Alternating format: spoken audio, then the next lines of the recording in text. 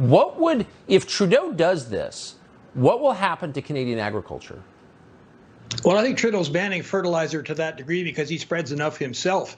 At the end of the day, this is his petulance coming through in response to the trucker convoy that took over his home city for about 3 weeks last winter. And then there's been other trucker rallies in support of what's happening around the world.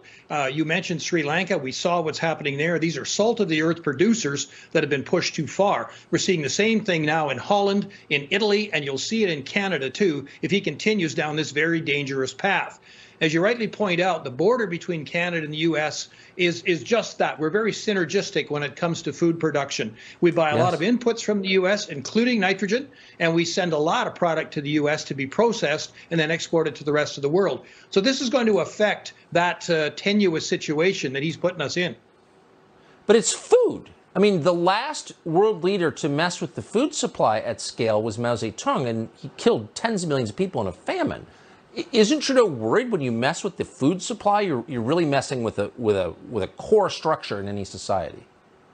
I don't think he realizes the rabbit hole he's gone down and who he's pulling in with him.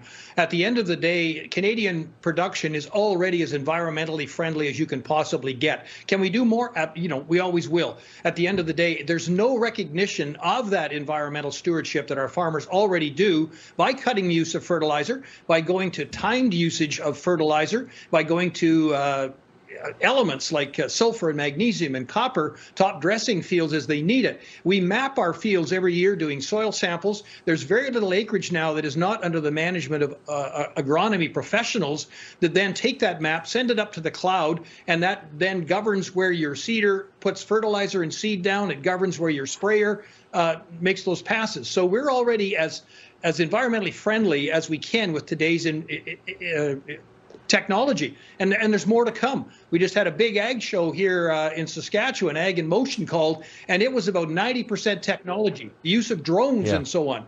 So for him to go to this extent, he is not looking at the big picture at all.